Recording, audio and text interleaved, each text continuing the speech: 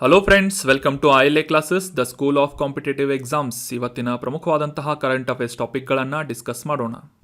ಇವತ್ತಿನ ಡಿಸ್ಕಷನನ್ನು ಪ್ರಾರಂಭ ಮಾಡೋದಕ್ಕಿಂತ ಮುಂಚೆ ಲಾಸ್ಟ್ ಸೆಷನ್ನಲ್ಲಿ ಕೇಳಲಾದಂತಹ ಪ್ರಶ್ನೆಯ ಸರಿಯಾದ ಉತ್ತರವನ್ನು ಮೊದಲು ತಿಳಿದುಕೊಳ್ಳೋಣ. ಭೀತರ್ಕನಿಕಾ ಅನ್ನುವ ರಾಷ್ಟ್ರೀಯ ಉದ್ಯಾನವನ ಯಾವ ರಾಜ್ಯದಲ್ಲಿ ಲೊಕೇಟ್ ಆಗಿದೆ ಅಂತ ಪ್ರಶ್ನೆಯನ್ನು ಕೇಳಲಾಗಿತ್ತು. ಆಪ್ಷನ್ಗಳಲ್ಲಿ ರಾಜಸ್ಥಾನ್, ಮಹಾರಾಷ್ಟ್ರ, ಒಡಿಶಾ ಅಥವಾ ಪಶ್ಚಿಮ ಬಂಗಾಳ ಅಂತ ನೀಡಲಾಗಿದ್ದು ಸರಿಯಾದ ಉತ್ತರ ಆಪ್ಷನ್ 3, ಒಡಿಶಾ ರಾಜ್ಯದಲ್ಲಿ ಭೀತರ್ಕನಿಕಾ ರಾಷ್ಟ್ರೀಯ ಉದ್ಯಾನವನ ಲೊಕೇಟ್ ಆಗಿದೆ. Option 3 is right answer. Specific ಆಗಿ ತಿಳ್ಕೊಳ್ಳೋದಾದರೆ ಒಡಿಶಾ ರಾಜ್ಯದ ಕೇಂದ್ರಪಾರಾ ಜಿಲ್ಲೆಯಲ್ಲಿರುವಂತಹ ಭಾರತದ 2ನೇ ಅತಿ ದೊಡ್ಡ ಮ್ಯಾಂಗ್ರೋವ್ ಪರಿಸರ ವ್ಯವಸ್ಥೆಯನ್ನು ಹೊಂದಿದಂತಹ ಪ್ರದೇಶ ಭೀತರ್ಕನಿಕಾ ರಾಷ್ಟ್ರೀಯ ಉದ್ಯಾನವನ ಆಗಿದೆ. ಅದೇ ರೀತಿಯಾಗಿ ಮೊದಲನೇ ಸ್ಥಾನದಲ್ಲಿ ಪಶ್ಚಿಮ ಬಂಗಾಳದ ಸುಂದರ್ಬನ್ಸ್ ಅನ್ನುವ ಮ್ಯಾಂಗ್ರೋವ್ ಕಾಡುಗಳ ಪ್ರದೇಶ ಏನಿದೆ ಭಾರತದಲ್ಲಿ ಅತಿ ದೊಡ್ಡದಾದಂತಹ ಮ್ಯಾಂಗ್ರೋವ್ ಪರಿಸರ ವ್ಯವಸ್ಥೆಯನ್ನು ಹೊಂದಿದಂತಹ ಪ್ರದೇಶವಾಗಿದೆ. ಸುಂದರ್ಬನ್ಸ್, ವೆಸ್ಟ್ ಬೆಂಗಾಲ್, ನೆನ್ಪಿಟ್ಕೊಳ್ಳಿ. ಸೊ ಅದೇ ರೀತಿಯಾಗಿ ಈ ಭೀತರ್ಕನಿಕಾ ರಾಷ್ಟ್ರೀಯ ಉದ್ಯಾನವನದಲ್ಲಿ ಒಡಿಶಾ ರಾಜ್ಯದ ಪ್ರಮುಖವಾದಂತಹ ನದಿಗಳಾದಂತಹ ಬ್ರಾಹ್ಮಣಿ, ಬೈತರಣಿ, ಧರ್ಮ, ಪಟಸಾಲ ಅನ್ನುವ ನದಿಗಳು ಕೂಡ ಹರಿಯುವುದನ್ನು ನಾವು ಕಾಣಬಹುದಾಗಿದೆ. ಸೊ ಮುಖ್ಯವಾಗಿ ತೇವಭೂಮಿಯಿಂದ ಆವೃತವಾದಂತಹ ಈ ಒಂದು ಪ್ರದೇಶದಲ್ಲಿ ಸಾಕಷ್ಟು ತೊರೆಗಳು, ಕಾಲುವೆಗಳು ಇರುವುದನ್ನು ನಾವು ಕಾಣಬಹುದಾಗಿದೆ. ಸೊ ಹೀಗಾಗಿ ಇದೇ ಒಂದು ಪ್ರದೇಶದಲ್ಲಿ ಅತಿ ಹೆಚ್ಚಾದಂತಹ ಮ್ಯಾಂಗ್ರೋವ್ ಕಾಡುಗಳು ಬೆಳೆಯೋದನ್ನು ಕೂಡ ನಾವು ವಿಜ್ಞಾನದಲ್ಲಿ, ಎನ್ವೈರ್ಮೆಂಟ್ ಸೈನ್ಸ್ನಲ್ಲಿ ಓದಿರ್ತೇವೆ. ಸೊ ಇನ್ನು ಈ ಒಂದು ಪ್ರದೇಶದಲ್ಲಿ ಸಾಕಷ್ಟು ಜೀವ ವೈವಿಧ್ಯತೆಯನ್ನು ಹೊಂದಿದಂತಹ ಪ್ರದೇಶವಾಗಿದ್ದು ಪ್ರಮುಖವಾಗಿ ಇಲ್ಲಿ ಉಪ್ಪು ನೀರಿನ ಮೊಸಳೆಗಳು ಅತಿ ಹೆಚ್ಚಾದಂತಹ ಸಂಖ್ಯೆಯಲ್ಲಿ ಕಂಡುಬರುವುದನ್ನು ನಾವು ಗುರುತಿಸಬಹುದಾಗಿದೆ. ಅಷ್ಟೇ ಅಲ್ಲದೆ ಅಳಿವಿನಂಚಿನಲ್ಲಿರುವಂತಹ ಈ ಆಲಿವ್ ರಿಡ್ಲಿ ಸಮುದ್ರ ಆಮೆಗಳು ಅಥವಾ ಆಲಿವ್ ರಿಡ್ಲಿ ಟರ್ಟಲ್ ಅಂತ ಏನು ಕರಿತೇವೆ, ಪ್ರತಿ ವರ್ಷವೂ ಕೂಡ ಈ ಒಂದು ಅಭಯಾರಣ್ಯದ ಪೂರ್ವ ಭಾಗದಲ್ಲಿರುವಂತಹ ಗಹಿರ್ಮಾತಾ ಅನ್ನುವ ಬೀಚ್ನಲ್ಲಿ ಬಂದು ಸಂತಾನೋತ್ಪತ್ತಿಯನ್ನು ಮಾಡುತ್ತವೆ. ಸೊ ನೆನ್ಪಿಟ್ಕೊಳ್ಳಿ, ಆಲಿವ್ ರಿಡ್ಲಿ ಟರ್ಟಲ್ಸ್ ಅಥವಾ ಸಮುದ್ರ ಆಮೆಗಳು. ಸೊ ಈ ಒಂದು ಪ್ರದೇಶದಲ್ಲಿ ಆಗಲೇ ತಿಳಿಸಿದ ಹಾಗೆ ಸಾಕಷ್ಟು ವೈವಿಧ್ಯಮಯವಾದಂತಹ ಜೀವಿಗಳನ್ನು ನಾವು ಕಾಣಬಹುದಾಗಿದ್ದು ಅದರಲ್ಲಿ ಪ್ರಮುಖವಾಗಿ ಮಿಂಚುಳ್ಳಿ ಅಥವಾ ಕಿಂಗ್ ಫಿಶರ್ ಅನ್ನುವ ಪಕ್ಷಿಗಳ 8 ವಿಧದ ಪ್ರಭೇದಗಳನ್ನು ಕೂಡ ನಾವು ಇಲ್ಲಿ ಕಾಣಬಹುದಾಗಿದೆ. ಸೊ ಹೀಗಾಗಿ ಸಾಕಷ್ಟು ವೈಶಿಷ್ಟ್ಯತೆಗಳನ್ನು ಹೊಂದಿದಂತಹ ಭೀತರ್ಕನಿಕಾ ರಾಷ್ಟ್ರೀಯ ಉದ್ಯಾನವನ ಒಡಿಶಾ ರಾಜ್ಯದಲ್ಲಿ ಲೊಕೇಟ್ ಆಗಿದೆ. ಆನ್ಸರ್ ಮಾಡಿದಂಥ ಎಲ್ಲ ಸ್ಟೂಡೆಂಟ್ಸ್ಗಳಿಗೆ ಕಾಂಗ್ರ್ಯಾಚುಲೇಷನ್ಸ್. ಇದೇ ರೀತಿ ಡಿಸ್ಕಷನ್ನಲ್ಲಿ ಭಾಗವಹಿಸ್ತಾಯಿರಿ. ನಿಮ್ಮ ಆನ್ಸರ್ಗಳು ಅಥವಾ ಸಜೆಷನ್ಗಳಿದ್ದರೆ ಕಮೆಂಟ್ ಬಾಕ್ಸ್ನಲ್ಲಿ ಕಮೆಂಟ್ ಮಾಡ್ತಾಯಿರಿ ಅಂತ ಹೇಳ್ತಾ ಇವತ್ತಿನ ಪ್ರಶ್ನೆಯನ್ನು ನೋಡೋಣ. ಇದನ್ನು ಆನ್ಸರ್ ಮಾಡೋದಕ್ಕೆ ಪ್ರಯತ್ನ ಪಡಿ. 2023ನೇ ರಾಷ್ಟ್ರೀಯ ಯುವ ಉತ್ಸವವನ್ನು ಧಾರವಾಡ ಮತ್ತು ಹುಬ್ಬಳ್ಳಿಯಲ್ಲಿ ಆಚರಣೆ ಮಾಡಲಾಯಿತು. 26ನೇ ಈ ಯುವ ಉತ್ಸವದ ವಿಷಯ ಏನಾಗಿತ್ತು, ಥೀಮ್ ಏನಾಗಿತ್ತು ಅಂತ ಪ್ರಶ್ನೆ ಇದೆ. ಎಕ್ಸಾಮ್ನಲ್ಲಿ ಬಂದರೂ ಬರ್ಬೋದು. ಸೊ ಆಪ್ಷನ್ಗಳಲ್ಲಿ ಏಕ್ ಭಾರತ್ ಶ್ರೇಷ್ಠ ಭಾರತ್ ಅನ್ನುವುದು ಥೀಮ್ ಆಗಿತ್ತು ಅಂತ ಇದೆ. ಆಪ್ಷನ್ 2 ಸರ್ವೇ ಜನ ಸುಖಿನೋ ಭವಂತು ಅಂತ ಇದೆ. ಆಪ್ಷನ್ 3 ಯುವ ಭಾರತದ ಶಕ್ತಿ ಅಂತ ಇದೆ. ಆಪ್ಷನ್ 4 ವಿಕಸಿತ ಯುವ ವಿಕಸಿತ ಭಾರತ ಅನ್ನುವುದು ಈ ಒಂದು ಥೀಮ್ ಆಗಿದೆ ಅಂತ 4 ಆಪ್ಷನ್ಗಳನ್ನು ನೀಡಲಾಗಿದ್ದು ಸರಿಯಾದ ಉತ್ತರ ಏನು ಅಂತ ಕಮೆಂಟ್ ಬಾಕ್ಸ್ನಲ್ಲಿ ಕಮೆಂಟ್ ಮಾಡಿ. ನೆಕ್ಸ್ಟ್ ಸೆಷನ್ನಲ್ಲಿ ಇದರ ಕರೆಕ್ಟ್ ಆನ್ಸರನ್ನು ತಿಳಿದುಕೊಳ್ಳೋಣ. ಇನ್ನು ಇವತ್ತಿನ ಆರ್ಟಿಕಲ್ಗೆ ಸಂಬಂಧಪಟ್ಟಂತಹ ಮೊದಲ ಪ್ರಶ್ನೆ ಏನು ಅಂತ ನೋಡೋದಾದರೆ, ಇತ್ತೀಚೆಗೆ ಯುನೈಟೆಡ್ ನೇಷನ್ ಪಾಪ್ಯುಲೇಷನ್ ಫಂಡ್ ಈ ಒಂದು ಸಂಸ್ಥೆಯಿಂದ ಸ್ಟೇಟ್ ಆಫ್ ವರ್ಲ್ಡ್ ಪಾಪ್ಯುಲೇಷನ್ ಅನ್ನುವ ವರದಿಯನ್ನು ಪಬ್ಲಿಷ್ ಮಾಡಲಾಗಿದೆ. ಸೊ ಈ ಒಂದು ವರದಿಯ ಪ್ರಕಾರ ಜಗತ್ತಿನಾದ್ಯಂತ ಯಾವ ದೇಶವು ಜನಸಂಖ್ಯೆಯಲ್ಲಿ ಅಗ್ರಸ್ಥಾನವನ್ನು ಪಡೆಯಲಿದೆ ಅಂತ ಪ್ರಿಡಿಕ್ಷನ್ ಮಾಡಲಾಗಿದೆ ಅಂತ ಒಂದು ಪ್ರಶ್ನೆ ಇದ್ದು ಆಪ್ಷನ್ಗಳಲ್ಲಿ ಯಾವ ದೇಶ ಅಂತ ಗುರುತಿಸಬೇಕಾಗಿದೆ. Option 1 China, option 2 Bharat, option 3 USA ಅಥವಾ ಆಪ್ಷನ್ 4 ಇಂಡೋನೇಷ್ಯಾ ಅಂತ ನೀಡಲಾಗಿದೆ. ಸರಿಯಾದ ಉತ್ತರ ಏನು ಅಂತಂದರೆ ಆಪ್ಷನ್ 2 ಭಾರತವನ್ನು ಈ ಒಂದು ಬರುವಂತಹ ವರ್ಷದಲ್ಲಿ ಭಾರತದಲ್ಲಿ ಅತಿ ದೊಡ್ಡದಾದಂತಹ ಒಂದು ಜನಸಂಖ್ಯೆಯನ್ನು ಅಂದರೆ ಚೀನಾವನ್ನು ಹಿಂದಿಕ್ಕಿ ಭಾರತ ಅತಿ ದೊಡ್ಡ ಜನಸಂಖ್ಯೆಯನ್ನು ಹೊಂದಿದಂತಹ ರಾಷ್ಟ್ರವಾಗಿ ಗುರುತಿಸಲ್ಪಡಲಿದೆ ಅಂತ ಈ ಒಂದು ಸ್ಟೇಟ್ ಆಫ್ ವರ್ಲ್ಡ್ ಪಾಪ್ಯುಲೇಷನ್ ವರದಿಯ ಪ್ರಕಾರ ಹೇಳಲಾಗಿದೆ. So option 2 Bharat is right answer. ಮೊದಲಿಗೆ ಈ ಒಂದು ವರದಿಯ ಕುರಿತಾದಂತಹ ಕಾಂಟೆಕ್ಸ್ಟನ್ನು ಅರ್ಥ ಮಾಡ್ಕೊಳ್ಳೋದಾದರೆ ಆಲ್ರೆಡಿ ಡಿಸ್ಕಸ್ ಮಾಡಿದ ಹಾಗೆ ಇತ್ತೀಚೆಗೆ ವಿಶ್ವಸಂಸ್ಥೆಯ ಜನಸಂಖ್ಯಾ ನಿಧಿ ಅಥವಾ ಯುನೈಟೆಡ್ ನೇಷನ್ ಪಾಪ್ಯುಲೇಷನ್ ಫಂಡ್ ಈ ಒಂದು ಸಂಸ್ಥೆಯ ಮೂಲಕ ಸ್ಟೇಟ್ ಆಫ್ ವರ್ಲ್ಡ್ ಪಾಪ್ಯುಲೇಷನ್ ಅನ್ನುವ ವರದಿಯನ್ನು ಪಬ್ಲಿಷ್ ಮಾಡಲಾಗಿದೆ. ಈ ಒಂದು ವರದಿಯ ಪ್ರಕಾರ ಈ ಒಂದು ವರ್ಷದಲ್ಲಿ ಚೀನಾವನ್ನು ಹಿಂದಿಕ್ಕಿ ವಿಶ್ವದ ಅತಿ ಹೆಚ್ಚು ಜನಸಂಖ್ಯೆಯನ್ನು ಹೊಂದಿದಂಥ ದೇಶವಾಗಿ ಭಾರತ ಗುರುತಿಸಿಕೊಳ್ಳಲಿದೆ ಅಂತ ಒಂದು ಪ್ರಿಡಿಕ್ಷನನ್ನು ಮಾಡಲಾಗಿದೆ. ಸೊ ಹೀಗಾಗಿ ವಿಶ್ವ ಜನಸಂಖ್ಯೆಯ ಸ್ಥಿತಿಯ ವರದಿ ಈ ಒಂದು ರಿಪೋರ್ಟ್ನ ಕುರಿತಾದಂತಹ ಕೆಲವೊಂದಿಷ್ಟು ಪ್ರಮುಖ ಮಾಹಿತಿಗಳನ್ನು ಈ ಒಂದು ಆರ್ಟಿಕಲ್ನಲ್ಲಿ ಡಿಸ್ಕಸ್ ಮಾಡೋಣ. ಈ ಒಂದು ವರದಿಯ ಪ್ರಮುಖ ಅಂಶಗಳನ್ನು ನೋಡೋದಾದರೆ, ಭಾರತದಲ್ಲಿ ಒಟ್ಟು ಮಹಿಳೆಯರು ಜನನ ನೀಡುವಂತಹ ಒಂದು ಪ್ರಮಾಣ ಏನಿದೆ ಅದನ್ನು ಫರ್ಟಿಲಿಟಿ ರೇಟ್ ಅಂತ ಕರೆಯಲಾಗುತ್ತೆ. ಫಲವತ್ತತೆಯ ದರ ಅಂತ ಇದನ್ನು ಗುರುತಿಸಲಾಗುತ್ತೆ. ಅಂದರೆ ಪ್ರತಿ ಮಹಿಳೆ ತನ್ನ ಜೀವಿತಾವಧಿಯಲ್ಲಿ ಎಷ್ಟು ಮಕ್ಕಳಿಗೆ ಜನ್ಮವನ್ನು ನೀಡುತ್ತಾಳೆ ಅನ್ನುವ ಒಂದು ರೇಟನ್ನು ಫಲವತ್ತತೆಯ ದರ ಅಂತ ಗುರುತಿಸಲಾಗುತ್ತೆ. ಈ ಒಂದು ಫರ್ಟಿಲಿಟಿ ರೇಟ್ ಏನಿದೆ 2ಕ್ಕೆ ತಲುಪಿದೆ ಅಂತ ಈ ಒಂದು ರಿಪೋರ್ಟ್ನ ಪ್ರಕಾರ ವರದಿ ಸಲ್ಲಿಸಲಾಗಿದೆ. ವಿಶ್ವದ ಸರಾಸರಿ ಎಷ್ಟಿದೆ ಅಂತಂದರೆ 2.3ಕ್ಕಿಂತ ಕಡಿಮೆಯಾಗಿದೆ ಅಂತ ಈ ಒಂದು ರಿಪೋರ್ಟ್ನಿಂದ ಹೇಳಲಾಗ್ತಾ ಇದ್ದು, ಈ ಒಂದು ವರದಿಯ ಪ್ರಕಾರ ಭಾರತದಲ್ಲಿ ಪುರುಷರ ಜೀವಿತಾವಧಿ 71 ಮತ್ತು ಮಹಿಳೆಯರ ಜೀವಿತಾವಧಿ 74 ಅಂತ ಒಂದು ಸರಾಸರಿಯ ಒಂದು ಸಂಖ್ಯೆಯನ್ನು ನೀಡಲಾಗಿದೆ.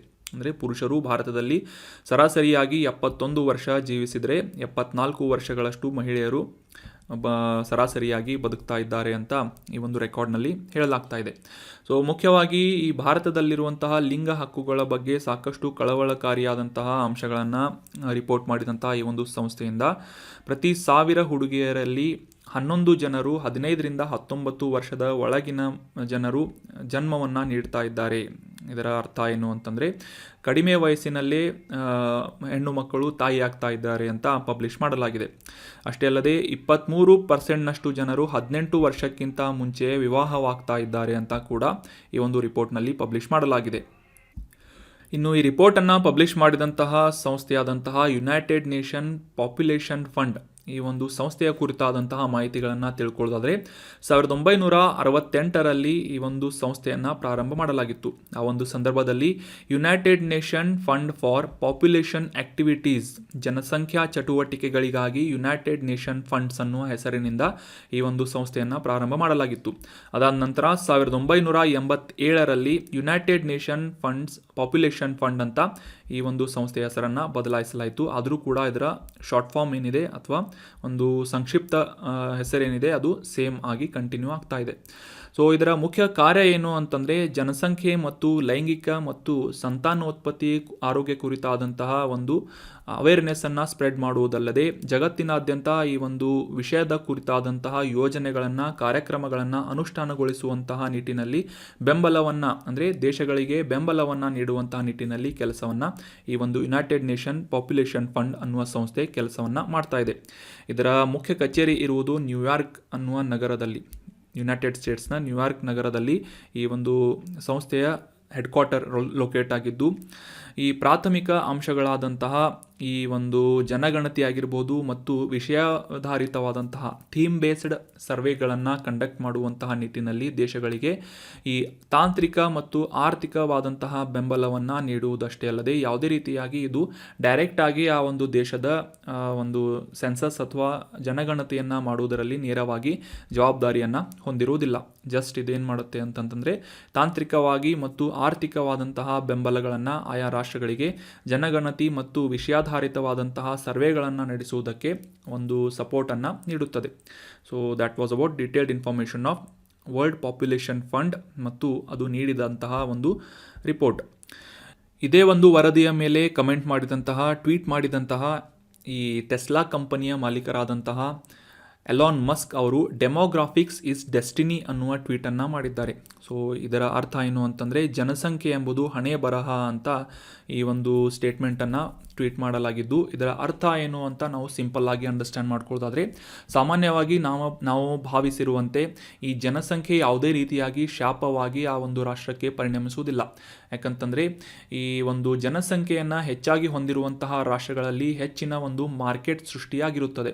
ಸೊ ಹೀಗಾಗಿ ಅಲ್ಲಿ ಹೆಚ್ಚಾದಂತಹ ಒಂದು ಆರ್ಥಿಕ ಚಟುವಟಿಕೆಗಳನ್ನು ನಡೆಸುವುದಕ್ಕೆ ಇದು ಪ್ರೋತ್ಸಾಹವನ್ನು ನೀಡುತ್ತದೆ.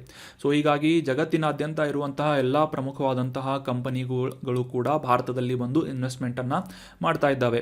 ಸೊ ಇದರ ಮೂಲಕ ನಾವು ಅರ್ಥ ಮಾಡ್ಕೋಬಹುದೇನೋ ಏನು ಅಂತಂದರೆ ಯಾವುದೇ ಒಂದು ರಾಷ್ಟ್ರಗಳಲ್ಲಿ ಆ ಒಂದು ಜನಸಂಖ್ಯೆ ಏನಿರುತ್ತೆ ಒಂದು ವರವಾಗಿ ಪರಿಣಮಿಸುತ್ತದೆ ಹೊರತು ಯಾವುದೇ ರೀತಿಯಾಗಿ ಅದನ್ನು ಶಾಪವಾಗಿ ಕನ್ಸಿಡರ್ ಮಾಡಲಾಗುವುದಿಲ್ಲ. ಫಾರ್ ಎಕ್ಸಾಂಪಲ್, ಈಗ ರೀಸೆಂಟಾಗಿ ಟಿಮ್ ಕುಕ್ ಅವರು ಕೂಡ, ಆ್ಯಪಲ್ ಕಂಪನಿಯ CEO ಆದಂತಹ ಟಿಮ್ ಕುಕ್ ಅವರು ಕೂಡ ಭಾರತದ ಮುಂಬೈ ನಗರದಲ್ಲಿ ಈ ಆ್ಯಪಲ್ನ ಒಂದು ಹೊಸ ಮಳಿಗೆಯನ್ನು ಅಥವಾ ಹೊಸ ಒಂದು ಸ್ಟೋರನ್ನು ಎಸ್ಟಾಬ್ಲಿಷ್ ಮಾಡಿದ್ದಾರೆ. ಸೊ ಅದೇ ರೀತಿಯಾಗಿ ಎಲಾನ್ ಮಸ್ಕ್ ಅವರು ಕೂಡ ಭಾರತದಲ್ಲಿ ಈ ಪಾಪ್ಯುಲೇಷನ್ ಹೆಚ್ಚಾಗಿರುವುದರಿಂದ, ದೊಡ್ಡ ಮಾರ್ಕೆಟ್ ಇರುವುದರಿಂದ ಹೆಚ್ಚಿನ ಇನ್ವೆಸ್ಟ್ಮೆಂಟ್ಗಳನ್ನು ಮಾಡುವಂತಹ ಒಂದು ನಿರ್ಧಾರವನ್ನು ಕೈಗೊಂಡಿದ್ದಾರೆ. ಸೊ ಹೀಗಾಗಿ ಯಾವುದೇ ಒಂದು ರಾಷ್ಟ್ರದಲ್ಲಿ ಆ ಒಂದು ರಾಷ್ಟ್ರದ ಜನಸಂಖ್ಯೆ ಆ ಒಂದು ಆರ್ಥಿಕ ಪ್ರಗತಿಯನ್ನು ಹೆಚ್ಚಾಗಿ ರೂಪಿಸುವಲ್ಲಿ ಅಥವಾ ಅಭಿವೃದ್ಧಿಪಡಿಸುವಲ್ಲಿ ಸಹಾಯ ಮಾಡುತ್ತದೆ ಅಂತ ನಾವು ಅಂಡರ್ಸ್ಟ್ಯಾಂಡ್ ಮಾಡ್ಕೋಬೋದಾಗಿದೆ. So that is about demographics is destiny ಅನ್ನೋದರ ಅರ್ಥವನ್ನು ನಾವು ಅಂಡರ್ಸ್ಟ್ಯಾಂಡ್ ಮಾಡ್ಕೋಬೋದಾಗಿದೆ.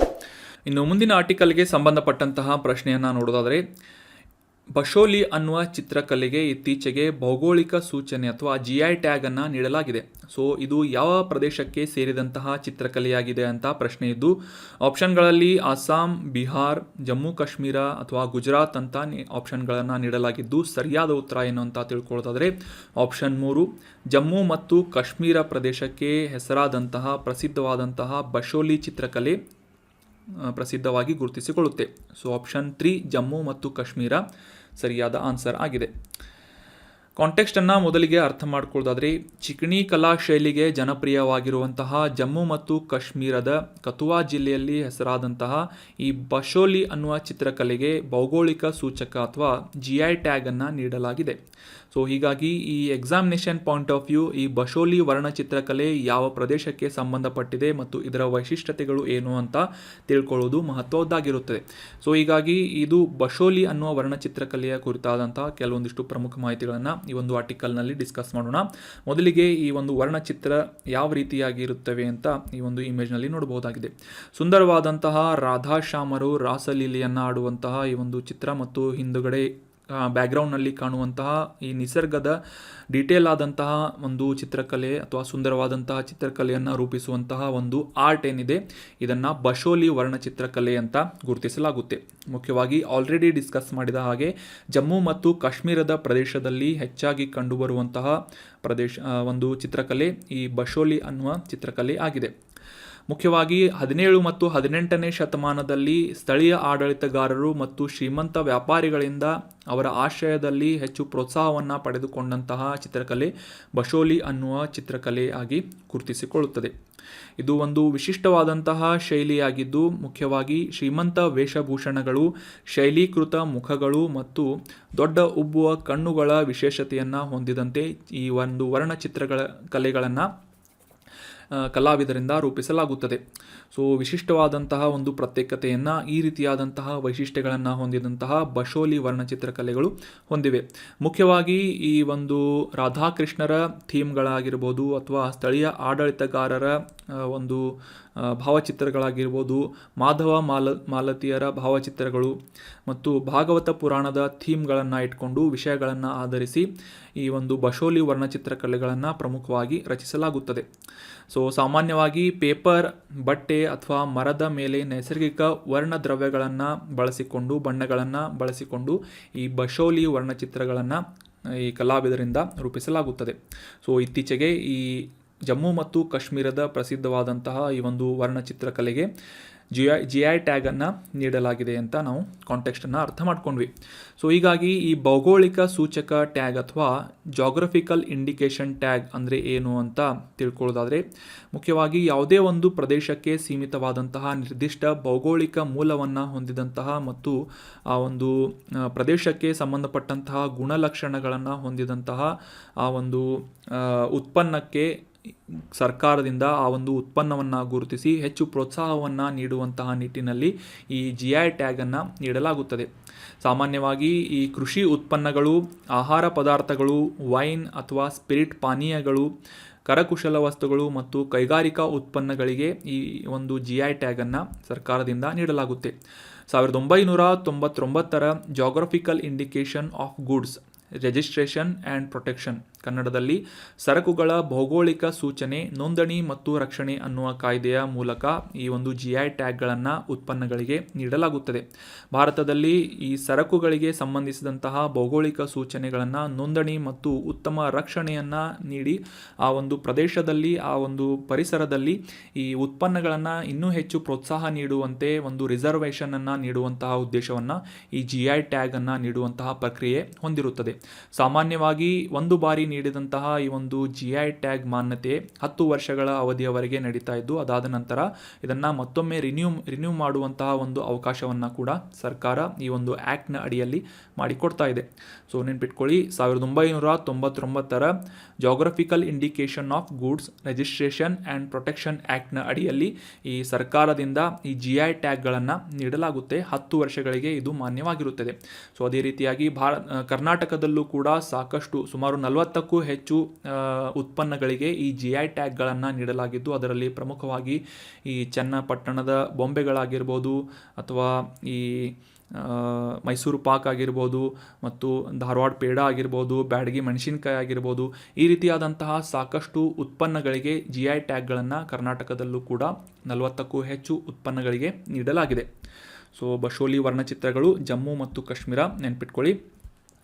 ಇನ್ನು ಮುಂದಿನ ಆರ್ಟಿಕಲ್ಗೆ ಸಂಬಂಧಪಟ್ಟಂತಹ ಪ್ರಶ್ನೆ, ಇತ್ತೀಚೆಗೆ ಈ ಕೆಳಗಿನ ಯಾವ ಸಂಸ್ಥೆಯ ಮೂಲಕ ಜಾಗತಿಕ ಆಹಾರ ನೀತಿ ಅಥವಾ ವರ್ಲ್ಡ್ ಫುಡ್ ಪಾಲಿಸಿ ಅನ್ನುವ ವರದಿಯನ್ನು ಪಬ್ಲಿಷ್ ಮಾಡಲಾಗಿದೆ ಅಂತ ಪ್ರಶ್ನೆ ಇದ್ದು, ಆಪ್ಷನ್ಗಳಲ್ಲಿ IFPRI, option 2 UNDP, option 3 UNO, option 4 ವಿಶ್ವ ಆಹಾರ ಕಾರ್ಯಕ್ರಮ ಅಥವಾ ವರ್ಲ್ಡ್ ಫುಡ್ ಪ್ರೋಗ್ರಾಮ್ ಅಂತ ಇದೆ. ಸೊ ಸರಿಯಾದ ಉತ್ತರ ಆಪ್ಷನ್ 1 IFPRI ಅಂತಂದರೆ international food policy research institute ಅಂತ ಇದರ ಫುಲ್ ಫಾರ್ಮ್ ಆಗಿದೆ. ಈ ಒಂದು ಸಂಸ್ಥೆಯಿಂದ ಇತ್ತೀಚೆಗೆ ಜಾಗತಿಕ ಆಹಾರ ನೀತಿ ಅಥವಾ ವರ್ಲ್ಡ್ ಫುಡ್ ಪಾಲಿಸಿ ಅನ್ನುವ ವರದಿಯನ್ನು ಪಬ್ಲಿಷ್ ಮಾಡಲಾಗಿದೆ. ಸೊ ಈ ಒಂದು ಸಂಸ್ಥೆ ಮತ್ತು ಈ ಒಂದು ವರದಿಯ ಕುರಿತಾದಂತಹ ಕೆಲವೊಂದಿಷ್ಟು ಪ್ರಮುಖ ಮಾಹಿತಿಗಳನ್ನು ಡಿಸ್ಕಸ್ ಮಾಡೋಣ. ಮೊದಲಿಗೆ 2023 ಜಾಗತಿಕ ಆಹಾರ ನೀತಿ ವರದಿ ಅಥವಾ ಗ್ಲೋಬಲ್ ಫುಡ್ ಪಾಲಿಸಿ ರಿಪೋರ್ಟನ್ನು ಪಬ್ಲಿಷ್ ಮಾಡಲಾಗಿದೆ. International food policy research institute ಅನ್ನುವ ಸಂಸ್ಥೆಯ ಮೂಲಕ ಈ ಒಂದು ವರದಿಯನ್ನು ಪಬ್ಲಿಷ್ ಮಾಡಲಾಗಿದ್ದು, ಮುಖ್ಯವಾಗಿ ಈ ಜಗತ್ತಿನಾದ್ಯಂತ ಇರುವಂತಹ ಜನರ ಜೀವಗಳು ಮತ್ತು ಜೀವನೋಪಾಯಗಳನ್ನು ರಕ್ಷಿಸುವಂತಹ ನಿಟ್ಟಿನಲ್ಲಿ ಹೆಚ್ಚಾದಂತಹ ಹೂಡಿಕೆಯನ್ನು ಮಾಡುವಂತಹ ಅವಶ್ಯಕತೆ ಇದೆ ಅಂತ ಈ ಒಂದು ರಿಪೋರ್ಟ್ನಲ್ಲಿ ಎಚ್ಚರಿಕೆಯನ್ನು ನೀಡಲಾಗಿದೆ. ಸೊ ಅದೇ ರೀತಿಯಾಗಿ ಈ ಒಂದು ವರದಿಯ ಪ್ರಮುಖ ಅಂಶಗಳನ್ನು ಗಮನಿಸುವುದಾದರೆ, ಪ್ರಮುಖ ಕ್ಷೇತ್ರಗಳ ಮೇಲೆ ಕೇಂದ್ರೀಕರಿಸುವಂತಹ ಈ ಒಂದು ಜಾಗತಿಕ ಆಹಾರ ನೀತಿ ವರದಿ ಏನಿದೆ ಮುಖ್ಯವಾಗಿ 3 ಪ್ರಮುಖ ವಿಷಯಗಳ ಮೇಲೆ ಫೋಕಸನ್ನು ಮಾಡುತ್ತದೆ. ಅದರಲ್ಲಿ ಜಾಗತಿಕವಾಗಿ ಈ ಬರುವಂತಹ ಬಿಕ್ಕಟ್ಟುಗಳ ಮುನ್ಸೂಚನೆ ಮತ್ತು ಸಿದ್ಧತೆಯ ಕುರಿತಾದಂತಹ ವಿಷಯದ ಮೇಲೆ ಫೋಕಸ್ ಮಾಡಿದರೆ, ಎರಡನೆಯದಾಗಿ ಆ ಒಂದು ಬರುವಂತಹ ಬಿಕ್ಕಟ್ಟುಗಳ ಮೊದಲ ಮತ್ತು ಸಮಯದಲ್ಲಿ ಅಂದರೆ ಸರಿಯಾದ ಸಮಯದಲ್ಲಿ ಒಂದು ರೆಸಿಲಿಯನ್ಸನ್ನು ನಿರ್ಮಾಣ ಮಾಡುವುದು, ಅಂದರೆ ಆ ಒಂದು ಕ್ರೈಸಿಸ್ಗಳಿಗೆ ಪ್ರಿಪರೇಷನನ್ನು ಮಾಡುವಂತಹ ನಿಟ್ಟಿನಲ್ಲಿ ಈ ಒಂದು ವರದಿ ಒಂದು ಸಪೋರ್ಟನ್ನು ನೀಡುತ್ತೆ ಅಥವಾ ಅವೇರ್ನೆಸ್ಸನ್ನು ಸ್ಪ್ರೆಡ್ ಮಾಡುತ್ತದೆ. ಅಷ್ಟೇ ಅಲ್ಲದೆ ಮಹಿಳೆಯರಾಗಿರ್ಬೋದು ಮತ್ತು ಅನಿವಾರ್ಯವಾಗಿ ಬಲವಂತದ ವಲಸೆಯನ್ನು ಮಾಡುವಂತಹ ಜನರು ಮತ್ತು ಇತರ ದುರ್ಬಲ ಗುಂಪುಗಳನ್ನು ಬೆಂಬಲಿಸುವಂತಹ ಮತ್ತು ರಕ್ಷಣೆ ಮಾಡುವಂತಹ ನಿಟ್ಟಿನಲ್ಲಿ ಈ ಬಿಕ್ಕಟ್ಟಿನ ಪರಿಸ್ಥಿತಿಯನ್ನು ಎದುರಿಸುತ್ತಿರುವಂತಹ ಸಂದರ್ಭದಲ್ಲಿ ಅವರಿಗೆ ಒಂದು ಬೆಂಬಲವನ್ನು ನೀಡುವಂತಹ ಒಂದು ಉದ್ದೇಶವನ್ನು ಕೂಡ ಈ ಒಂದು ಸಂಸ್ಥೆ ಮತ್ತು ಇದು ಪಬ್ಲಿಷ್ ಮಾಡುವಂತಹ ವರದಿ ಹೊಂದಿದೆ. ಸೊ ಬಿಕ್ಕಟ್ಟಿನ ಸಂದರ್ಭದಲ್ಲಿ ಜೀವನೋಪಾಯ ಮತ್ತು ಆಹಾರ ಭದ್ರತೆಯನ್ನು ಪ್ರೋತ್ಸಾಹಿಸುವಂತಹ ನಿಟ್ಟಿನಲ್ಲಿ ಕೃಷಿ ಆಹಾರ ಮೌಲ್ಯ ಸರಪಳಿಯ ಕುರಿತಾದಂತಹ ಒಂದು ಬಲಪಡಿಸುವಂತಹ ಪ್ರತಿಪಾದನೆಯನ್ನು ಕೂಡ ಈ ಒಂದು ಜಾಗತಿಕ ಆಹಾರ ನೀತಿ ವರದಿ ಮಾಡ್ತಾ ಇದೆ. ಸೊ ಇನ್ನು ಈ ಒಂದು ರಿಪೋರ್ಟನ್ನು ಪಬ್ಲಿಷ್ ಮಾಡುವಂತಹ ಸಂಸ್ಥೆಯಾದಂತಹ ಅಂತಾರಾಷ್ಟ್ರೀಯ ಆಹಾರ ನೀತಿ ಸಂಶೋಧನಾ ಸಂಸ್ಥೆ ಅಥವಾ international food policy research institute ಅನ್ನುವ ಈ ಒಂದು ಸಂಸ್ಥೆಯ ಕುರಿತಾಗಿ ತಿಳ್ಕೊಳ್ಳೋದಾದರೆ, 1975ರಲ್ಲಿ ಸದ್ಯಕ್ಕೆ ವಾಷಿಂಗ್ಟನ್ DC ಈ ಒಂದು ಹೆಡ್ ಕ್ವಾರ್ಟರನ್ನು ಹೊಂದಿದಂತಹ ಸಂಸ್ಥೆ ಸ್ಥಾಪಿತವಾಗಿತ್ತು. ಮುಖ್ಯವಾಗಿ ಇದರ ಫೋಕಸ್ ಅಥವಾ ಇದರ ಒಂದು ಮ್ಯಾಂಡೇಟ್ ಏನು ಅಂತಂದರೆ, ಅಭಿವೃದ್ಧಿಯನ್ನು ಹೊಂದುತ್ತಿರುವಂತಹ ರಾಷ್ಟ್ರಗಳಲ್ಲಿ ಬಡತನವನ್ನು ಮತ್ತು ಹಸಿವನ್ನು ಕಡಿಮೆ ಮಾಡುವಂತಹ ನಿಟ್ಟಿನಲ್ಲಿ ಮತ್ತು ಈ ಒಂದು ಅಪೌಷ್ಟಿಕತೆಯನ್ನು ಕೊನೆಗೊಳಿಸುವಂತಹ ಉದ್ದೇಶದಿಂದ ಸಾಕಷ್ಟು ರೀತಿಯಾದಂತಹ ಸಂಶೋಧನೆಗಳ ಆಧಾರವನ್ನು ನೀಡುವುದರ ಮೂಲಕ ಈ ಒಂದು ರಿಪೋರ್ಟನ್ನು ಪಬ್ಲಿಷ್ ಮಾಡುವಂತಹ ಒಂದು ಜವಾಬ್ದಾರಿ ಈ IFPRI ಅನ್ನುವ ಒಂದು ಸಂಸ್ಥೆ ಹೊಂದಿದೆ. ಇದರ ಹೆಡ್ ಕ್ವಾರ್ಟರ್ ಆಲ್ರೆಡಿ ಡಿಸ್ಕಸ್ ಮಾಡಿದ ಹಾಗೆ ಅಮೆರಿಕದ ವಾಷಿಂಗ್ಟನ್ DC ಯಲ್ಲಿ ಲೊಕೇಟ್ ಆಗಿದೆ. ಸೊ ಜಾಗತಿಕ ಆಹಾರ ನೀತಿಯ ಒಂದು ವರದಿ examination point of view very important ಆಗುತ್ತೆ. ಯಾಕಂತಂದರೆ ಈ ಸುಸ್ಥಿರ ಅಭಿವೃದ್ಧಿ ಗುರಿಗಳಾದಂತಹ 17 ಗುರಿಗಳಲ್ಲಿ ಪ್ರಮುಖವಾಗಿ ನೋ ಪಾವರ್ಟಿ, ಝೀರೋ ಹಂಗರ್ ಒಂದನೇದ್ದು, ಪಾವರ್ಟಿ ಅಥವಾ ಬಡತನವನ್ನು ನಿರ್ಮೂಲ ಮಾಡುವುದು, ಮತ್ತು ಎರಡನೇದು ಈ ಒಂದು ಗುರಿ ಏನು ಅಂತಂದರೆ ಜಗತ್ತಿನಾದ್ಯಂತ ಈ ಹಸಿವನ್ನು ಮುಕ್ತ ಮಾಡುವುದು, ಹಸಿವಿನಿಂದ ಬಳಲುವಂತಹ ಜನರನ್ನು ಹಸಿವಿನಿಂದ ಮುಕ್ತ ಮಾಡುವಂತಹ ಉದ್ದೇಶದ ಮೇಲೆ ಈ ಸಸ್ಟೈನೇಬಲ್ ಡೆವಲಪ್ಮೆಂಟ್ ಗೋಲ್ಸ್ಗಳ ಗುರಿಗಳು ಫೋಕಸನ್ನು ಮಾಡುತ್ತವೆ. ಸೊ ಹೀಗಾಗಿ ಈ ಎರಡು ಗುರಿಗಳನ್ನು ಹೊಂದಿದಂತಹ ಗುರಿಗಳನ್ನು ಅಚೀವ್ ಮಾಡುವಂತಹ ನಿಟ್ಟಿನಲ್ಲಿ ಕೆಲಸ ಮಾಡ್ತಾ ಇರುವಂತಹ ಈ international food policy research institute ಏನಿದೆ, ಸಾಕಷ್ಟು examination point of view important ಆಗುತ್ತೆ. ಈ ರೀತಿಯಾದಂತಹ ಇನ್ಸ್ಟಿಟ್ಯೂಟ್ಗಳಾಗಿರ್ಬೋದು, ಅವುಗಳು ಮಾಡ್ತಾ ಇರುವಂತಹ ಕೆಲಸಗಳಾಗಿರ್ಬೋದು, ಮತ್ತು ಆ ಇನ್ಸ್ಟಿಟ್ಯೂಟ್ಗಳು ಪಬ್ಲಿಷ್ ಮಾಡುವಂತಹ ಈ ಒಂದು ರಿಪೋರ್ಟ್ಗಳೇನಿರುತ್ತೆ ಇವುಗಳನ್ನು ನೀವು ಎಸ್ಸೇದಲ್ಲಿ ಕಂಪಲ್ಸರಿಯಾಗಿ ಕೋಟ್ ಮಾಡಬೇಕಾಗುತ್ತೆ. ಈ ಹಸಿವು ಅಥವಾ ಈ ಒಂದು ಹಸಿವು ಮತ್ತು ಈ ಬಡತನಕ್ಕೆ ಸಂಬಂಧಪಟ್ಟಂತಹ ಯಾವುದೇ ಎಸ್ಸೆಗಳೇನಾದರೂ ಬಂದರೆ ಕಂಪಲ್ಸರಿಯಾಗಿ ಒಂದು ಪ್ಯಾರಾಗ್ರಾಫನ್ನು ಇದಕ್ಕೆ ನೀವು ಮೀಸಲಾಗಿರಿಸಿ. ಅದೇ ರೀತಿಯಾಗಿ ಈ ಸಸ್ಟೈನೇಬಲ್ ಡೆವಲಪ್ಮೆಂಟ್ ಗೋಲ್ಸ್ಗಳಾದಂತಹ 17 ಗೋಲ್ಸ್ಗಳನ್ನು ಕೂಡ ಬಯಾಟ್ ಮಾಡಿ ನೋಟ್ ಮಾಡಿ ಇಟ್ಕೊಳ್ಳಿ. ಇನ್ನು ಮುಂದಿನ ಆರ್ಟಿಕಲ್ಗೆ ಸಂಬಂಧಪಟ್ಟಂತಹ ಪ್ರಶ್ನೆಯನ್ನು ನೋಡೋದಾದರೆ, ಸತ್ಕೋಸಿಯಾ ಅನ್ನುವ ವೈಲ್ಡ್ ಲೈಫ್ ಸ್ಯಾಂಕ್ಚುರಿ ಎಲ್ಲಿದೆ ಅಂತ ಪ್ರಶ್ನೆ ಇದೆ. ಇತ್ತೀಚೆಗೆ ಈ ಒಂದು ಅಭಯಾರಣ್ಯ ನ್ಯೂಸ್ನಲ್ಲಿತ್ತು. ಸೊ ಹೀಗಾಗಿ ಅದರ ಮೇಲಿನ ಪ್ರಶ್ನೆ. ಆಪ್ಷನ್ 1 ಪಶ್ಚಿಮ ಬಂಗಾಳ, ಆಪ್ಷನ್ 2 ಒಡಿಶಾ, ಅಥವಾ ಆಪ್ಷನ್ 3 ಅಸ್ಸಾಂ, ಅಥವಾ ಆಪ್ಷನ್ 4 ಗುಜರಾತ್ ಅಂತ ಇದೆ. ಸರಿಯಾದ ಉತ್ತರ ಆಪ್ಷನ್ 2 ಒಡಿಶಾದಲ್ಲಿ ಈ ಸತ್ಕೋಶಿಯಾ ವನ್ಯಜೀವಿ ಅಭಯಾರಣ್ಯ ಲೊಕೇಟ್ ಆಗಿದೆ. Option 2 Odisha is right answer. ಮೊದಲಿಗೆ ಕಾಂಟೆಕ್ಸ್ಟನ್ನು ಅರ್ಥ ಮಾಡ್ಕೊಳ್ಳೋದಾದರೆ, ಇತ್ತೀಚೆಗೆ ಈ ಸತ್ಕೋಶಿಯಾ ವೈಲ್ಡ್ ಲೈಫ್ ಸ್ಯಾಂಕ್ಚುರಿ ಯಾಕೆ ನ್ಯೂಸ್ನಲ್ಲಿತ್ತು ಅಂತ ತಿಳ್ಕೊಳ್ಳೋದಾದರೆ, ಸುಡುವ ಶಾಖ ಮತ್ತು ಈ ಒಂದು ಬಿಸಿಯ ನಡುವೆ ಕೂಡ ಸತ್ಕೋಶಿಯಾ ವನ್ಯಜೀವಿ ಅಭಯಾರಣ್ಯದಲ್ಲಿ ಭಾರತೀಯ ಸ್ಕಿಮ್ಮರ್ಗಳು, ಇಂಡಿಯನ್ ಸ್ಕಿಮ್ಮರ್, ಈ ಒಂದು ಇಮೇಜ್ನಲ್ಲಿ ಕಾಣುವಂತಹ ಪಕ್ಷಿಗಳು ಸಂತಾನೋತ್ಪತ್ತಿಯನ್ನು ಮಾಡಿದೆ ಮೊದಲ ಬಾರಿಗೆ ಅಂತ ರೆಕಾರ್ಡ್ ಮಾಡಲಾಗಿದೆ. ಸೊ ಹೀಗಾಗಿ ಈ ಇಮೇಜ್ನಲ್ಲಿರುವಂತಹ ಇಂಡಿಯನ್ ಸ್ಕಿಮ್ಮರ್ ಮತ್ತು ಈ ಸತ್ಕೋಶಿಯಾ ವನ್ಯಜೀವಿ ಅಭಯಾರಣ್ಯದ ಕುರಿತಾದಂತಹ examination point of view important ಆದಂತಹ ಮಾಹಿತಿಗಳನ್ನು ಡಿಸ್ಕಸ್ ಮಾಡೋಣ.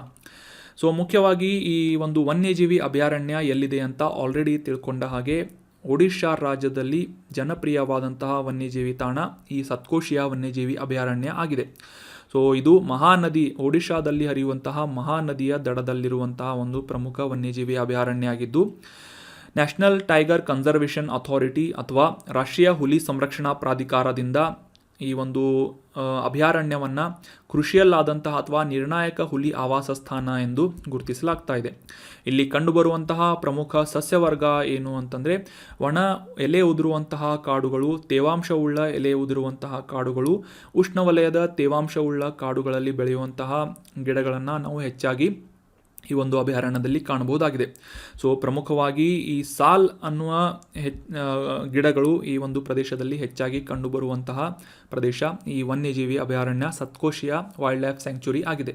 ಮತ್ತು ಆಲ್ರೆಡಿ ಡಿಸ್ಕಸ್ ಮಾಡಲಾದ ಹಾಗೆ ಈ ನ್ಯಾಷನಲ್ ಟೈಗರ್ ಕನ್ಸರ್ವೇಷನ್ ಅಥಾರಿಟಿಯಿಂದ ಈ ಒಂದು ಹುಲಿಯನ್ನು ಸಂರಕ್ಷಣೆ ಮಾಡಲು ಗುರುತಿಸಲಾದಂತಹ ಪ್ರದೇಶ ಈ ಒಂದು ಸತ್ಕೋಶಿಯಾ ವೈಲ್ಡ್ ಲೈಫ್ ಸ್ಯಾಂಕ್ಚುರಿ ಆಗಿದ್ದು, ಇಲ್ಲಿ ಹುಲಿಗಳನ್ನು ಹೊರತುಪಡಿಸಿ ಆನೆಗಳು, ಚಿರತೆಗಳು, ಕಾಡು ನಾಯಿಗಳು, ಸ್ಲಾತ್ ಬೇರ್ ಅಥವಾ ಸೋಮಾರಿ ಕರಡಿಗಳು, ಗೌರ್, ಸಾಂಬಾರ್ ಜಿಂಕೆಗಳು, ಮಚ್ಚೆಯುಳ್ಳಂತಹ ಜಿಂಕೆಗಳು, ಸಾಕಷ್ಟು ವೈವಿಧ್ಯಮಯವಾದಂತಹ ಸಸ್ತನಿ ಪ್ರಭೇದಗಳನ್ನು ಕೂಡ ಈ ಒಂದು ಸತ್ಕೋಶಿಯಾ ವನ್ಯಜೀವಿ ಅಭಯಾರಣ್ಯದಲ್ಲಿ ನಾವು ಕಾಣಬಹುದಾಗಿದೆ.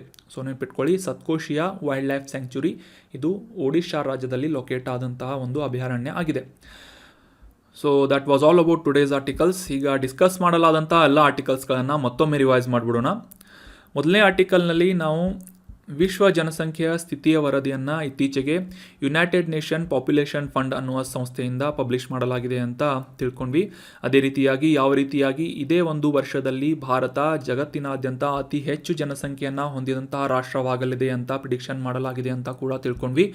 ಅಷ್ಟೇ ಅಲ್ಲದೆ ಈ ಎಲಾನ್ ಮಸ್ಕ್ ಅವರಿಂದ ಟ್ವೀಟ್ ಮಾಡಲಾದಂತಹ ಈ ಒಂದು ಡೆಮೋಗ್ರಾಫಿಕ್ಸ್ ಈಸ್ ಡೆಸ್ಟಿನಿ ಅಂತಂದರೆ ಯಾವ ರೀತಿಯಾಗಿ ಈ ಜನಸಂಖ್ಯೆ ಆ ದೇಶಕ್ಕೆ ಆರ್ಥಿಕ ಅಭಿವೃದ್ಧಿಯಲ್ಲಿ ಒಂದು ವರವಾಗಿ ಸಾಬೀತಾಗಲಿದೆ ಅಂತ ಒಂದು ಡೀಟೇಲ್ ಇನ್ಫಾರ್ಮೇಷನನ್ನು ಅಂಡರ್ಸ್ಟ್ಯಾಂಡ್ ಮಾಡ್ಕೊಂಡ್ವಿ.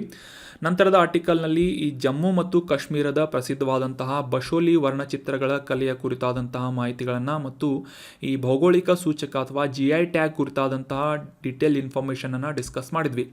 ನಂತರದ ಆರ್ಟಿಕಲ್ನಲ್ಲಿ ಈ ಜಾಗತಿಕ ಆಹಾರ ನೀತಿ ವರದಿ ಅಥವಾ ಗ್ಲೋಬಲ್ ಫುಡ್ ಪಾಲಿಸಿ ರಿಪೋರ್ಟ್ ಕುರಿತಾದಂತಹ ಡೀಟೇಲ್ ಇನ್ಫಾರ್ಮೇಷನನ್ನು ಮತ್ತು ಈ ಸಸ್ಟೈನೇಬಲ್ ಡೆವಲಪ್ಮೆಂಟ್ ಗೋಲ್ಸ್ ಅಥವಾ ಸುಸ್ಥಿರ ಅಭಿವೃದ್ಧಿ ಗುರಿಗಳನ್ನು ಸಾಧಿಸುವಂತಹ ನಿಟ್ಟಿನಲ್ಲಿ ಯಾವ ರೀತಿಯಾಗಿ ನೋ ಪಾವರ್ಟಿ ಮತ್ತು ಝೀರೋ ಹಂಗರ್ ಅನ್ನುವ ಈ ಒಂದು 2 ವಿಷಯಗಳನ್ನು ಇದರ ಮೇಲೆ ಫೋಕಸನ್ನು ಮಾಡಿ ಈ ಒಂದು ಸಂಸ್ಥೆ ಯಾವ ರೀತಿಯಾಗಿ ಕೆಲಸ ಮಾಡ್ತಾ ಇದೆ, international food policy research institute ಕೆಲಸ ಮಾಡ್ತಾ ಇದೆ ಮತ್ತು ರಿಪೋರ್ಟ್ಗಳನ್ನು ಪಬ್ಲಿಷ್ ಮಾಡ್ತಾ ಇದೆ ಅಂತ ತಿಳ್ಕೊಂಡ್ವಿ.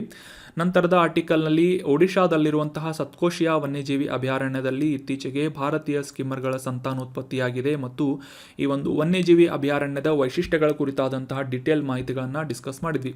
So that was all about today's articles. Thank you so much for joining the discussion. ಈ ಕಂಟೆಂಟನ್ನು ನಿಮ್ಮ ಎಲ್ಲ ಫ್ರೆಂಡ್ಸ್ಗಳ ಜೊತೆ ಶೇರ್ ಮಾಡಿ. ನಿಮ್ಮ ಯಾವುದೇ ಸಜೆಷನ್ಗಳು ಅಥವಾ ಡೌಟ್ಸ್ಗಳಿದ್ದರೆ ಕಮೆಂಟ್ ಬಾಕ್ಸ್ನಲ್ಲಿ ಕಮೆಂಟ್ ಮಾಡಿ ಅಂತ ಹೇಳ್ತಾ ಹ್ಯಾವ್ ಅ ನೈಸ್ ಡೇ.